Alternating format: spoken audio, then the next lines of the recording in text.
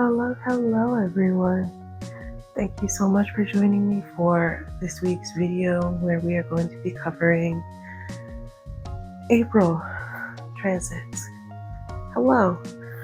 This is where my head is at. We're just gonna dive right in. April 1st, we have a full moon in Libra. This is going to be activating the 7th house energy. So that is relationships, partnerships, things like that. And that Libra energy is all about harmony, emotional balance, and connection. This full moon is going to be Venus ruled, which is sweet. This is a full moon, which means we are going to be focusing on releasing. And my interpretation of this, you are welcome to find what this full moon is going to mean for you based on where Libra is sitting, like what house that's in. And also always with the moon, where is your moon? And how are those energies playing off of one another? But to me, this full moon is asking you to release any negative ideas or associations you might have with the 7th house and all of the things that it encompasses and what it means to you and Libra energy. Again, this is all going to be open to your own personal interpretation.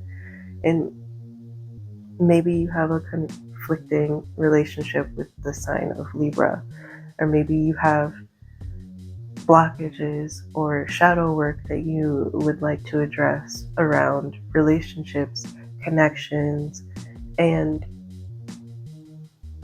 balance.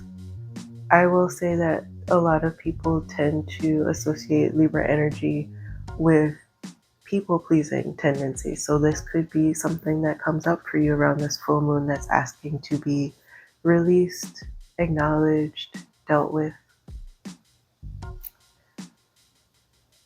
Moving on to April 9th, Mars will be moving into Aries, 1st house energy.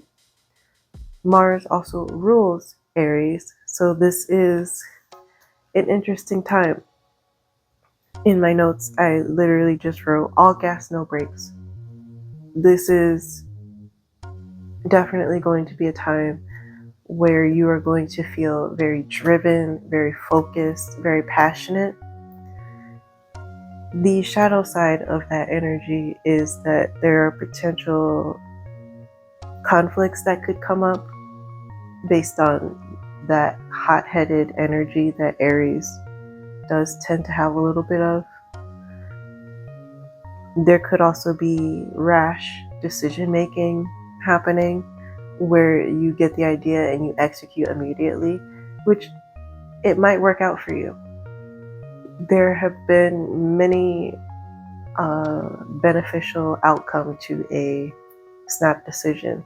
It's not necessarily a bad thing. Again, this is all about your personal relationship with these planets. Where do you have Aries? What house is it sitting in? Where is your Mars? Look at those things. Dig into what that might mean for your own chart and your own transit time. Can you tell I'm tired? I'm definitely a little bit tired. I have popcorn. I'm sorry for eating, but also not sorry. On April 13th, Mars will be conjunct Neptune. Again, this is Aries' 1st house as like a general thing. Get into the specifics. Get into the specifics of your own chart.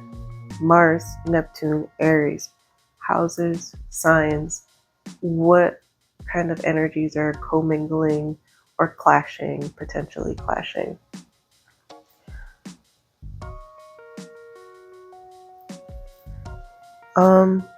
Overall, my interpretation of this transit is that it's beneficial in that it will put a little fire behind your dreams, pursuing creative interests. Neptune is your dream space. Like, this is aspirations, goals. It's also a very creative planet. It's also, because it's related to Pisces energy, there is that intuitive background that's going to be happening. And so this would be a good time to take action on things that you are being intuitively led to. This is sort of like the energy of, I don't know why I feel like I need to do this thing, but do it. There's a reason for it. This is an alignment that's on the map that we don't have access to.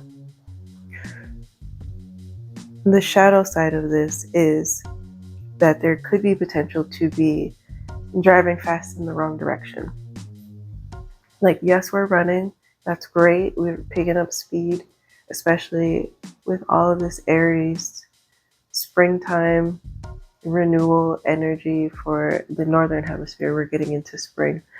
So there is that potential to just be really excited to be able to do anything at all after a lot of sitting, resting, waiting for the go sign. April 14th, Mercury will be moving into Aries. As I said, there's a lot of, this is all very much turning over a new leaf energy.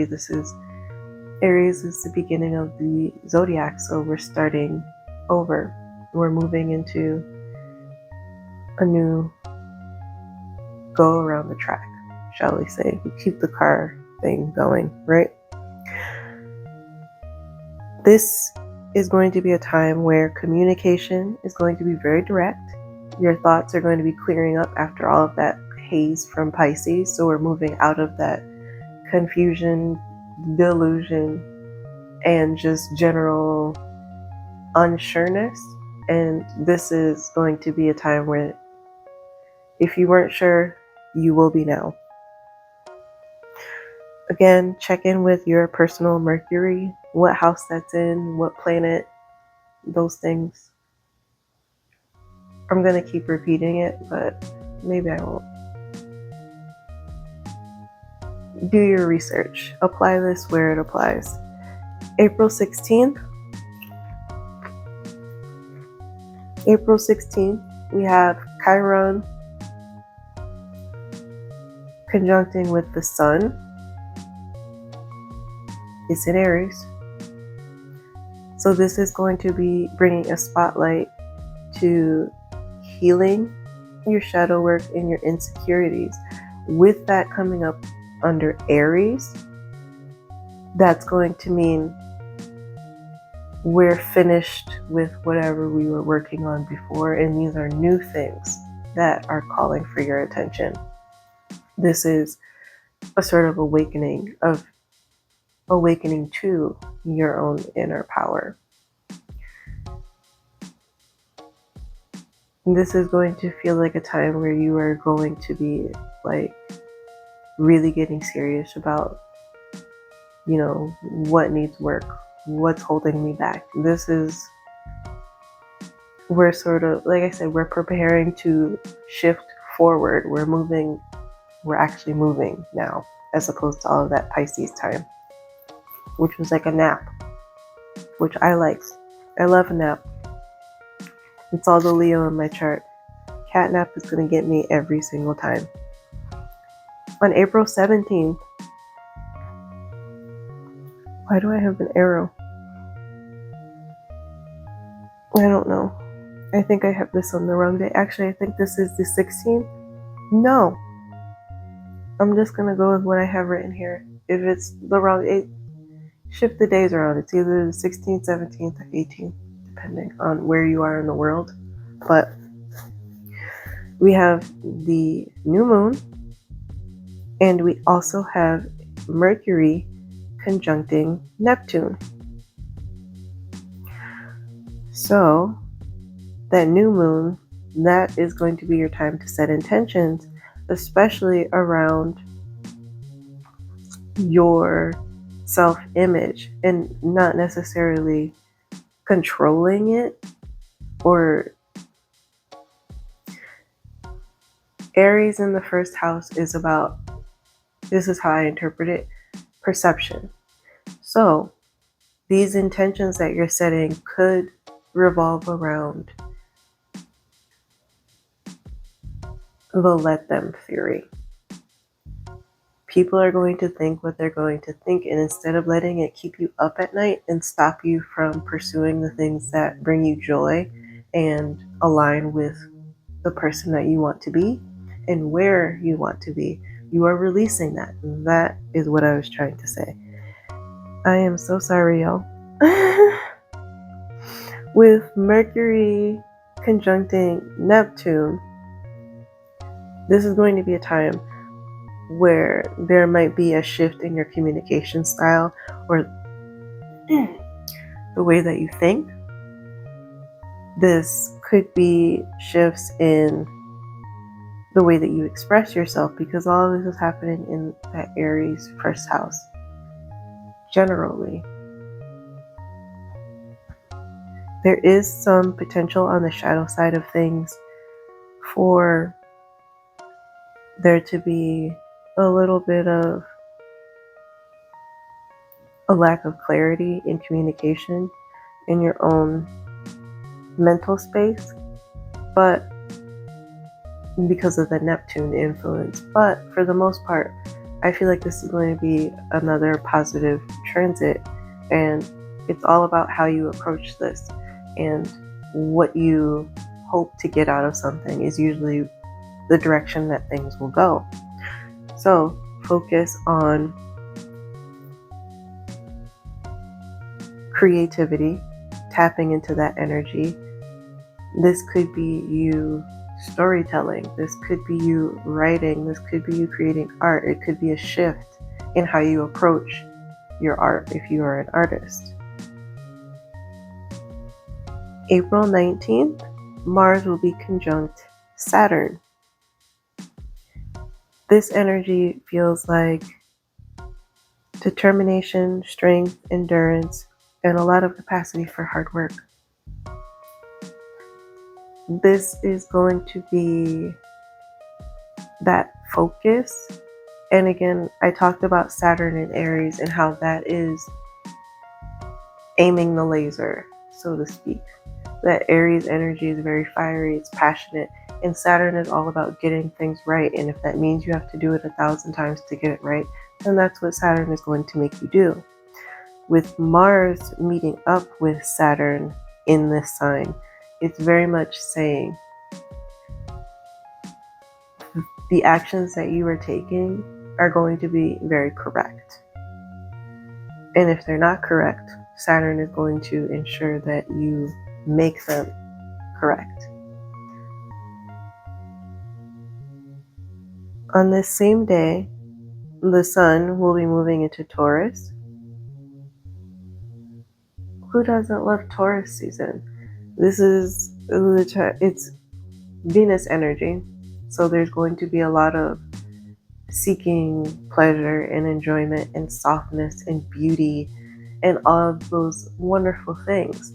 Taurus also rules the second house, and that energy involves a lot of stability and, like I said, that comfort. There's the shadow side of Taurus season, which is that you might prioritize comfort over, it's sort of going to be an opposition of a lot of the Aries energy, which was all about moving forward and a little bit of, I don't want to say change for the sake of change, but there's an Aries is going to move versus that Taurus, which is fixed sign. It's the bull. They're stubborn. So they're going to stay where they are, where it's comfortable and where it's familiar and where things feel good and they have control. So there is that shadow side. All about your approach. All of these things are going to depend on the mentality that you go into it with. If you expect it to be something negative, or if you allow your associations with a particular sign's energy, it's going to influence what you get out of it. April 20th, we have Mercury joining up with Mars and Saturn all at the same time. This is boss energy. This is going to be you in peak form. You are going to be a machine of functionality. This is the time. All of that planning, all of that coordination, all of that waiting, this is when it's going to count for a lot. This is when you have the most potential and the most spiritual, astrological backing to make something happen. Mark your calendar. Count backwards from that date to now. Whatever it is that you are working on, if you have a major project or if there's just some goal that you are working towards, break it up into manageable bite-sized pieces leading up to this date and try really hard to align whatever end goal you are seeking with this date. That is going to be the day that whatever you need to do, whatever you are trying to do, whatever you are wanting to do, that's the day to make it happen. 420. April 23rd, Venus will be conjunct Uranus in Taurus. Ooh, that's that second house energy. So this could be pointing to new relationships or new outlooks on old relationships. This could be you examining how you approach relationships, especially with that second house. That's the stability aspect. So there's going to be a lot of holding up a mirror to that. And with Uranus being the planet of change, hanging out in Taurus, the fixed sign of all fixed signs. We just talked about Taurus and that energy of a Taurus. There is that tension there. But with Venus showing up, which Venus rules Taurus, there is going to be a softening in that Taurus energy. And so Venus is going to encourage Taurus to open up to the change that Uranus is trying to bring. This could be a time where there is attention being brought to where your comfort zone is in need of adjustment or banishment altogether, depending on, who you are, where you are, what you have going on. There's going to be a sense of, like I said, Venus is going to be encouraging Taurus to open up and soften and create opportunities for connection to occur. And that means bringing in new people. It means going new places. It means you personally, internally shifting and opening up to more. That's lovely. On April 24th, Uranus will be shifting over. Oh, I skipped something. How did I skip that? After this conjunction with Venus and Uranus in the sign of Taurus, Venus is going to move into Gemini. That's a fun sign. I know Geminis get a rap for being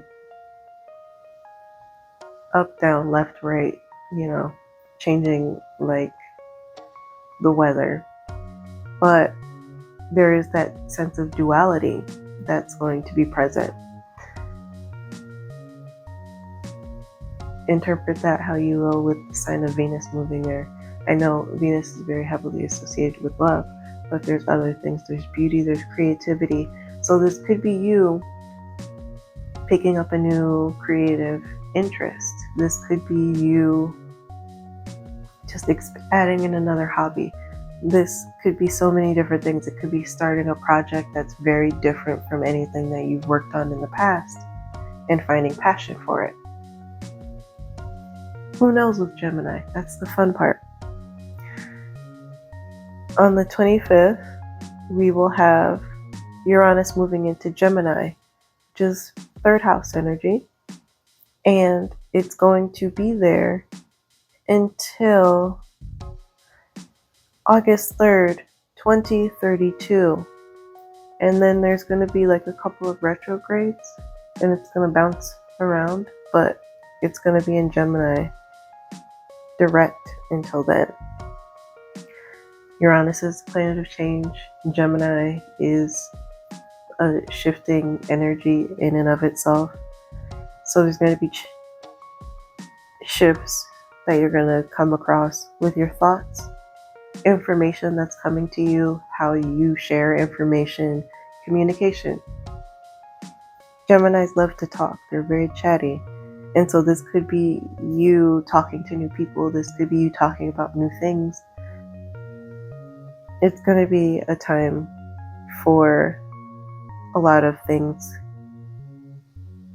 progressing and becoming something other than what it has been for a very long time. Again, with that Taurus, which is super stable, super consistent. The shadow side of this is that you might find yourself making changes just for the sake of it being a change. That's not necessarily a bad thing if you are someone who is very fixed in their ways and settled in their comfort zone. This might be the shakeup that you need. It could also mean your voice changing, whether that is your written voice, your literal voice, your emotional voice. Maybe it's the change in the voice inside your head and you decide to speak to yourself with a little more love, kindness. It could be anything. This is all about where these things are going to hit in your chart. So that is what I have for April. Let me know down in the comments what transit you are most looking forward to, or what energy you are anticipating. If you would like to join me over on Instagram, feel free to do so. We can talk a little bit more over there, I feel like. And as always, thank you for joining me for this week's video. I hope that you are well. I hope that you have a wonderful weekend. I hope that you have a wonderful April. And as always, be kind to yourselves and to one another.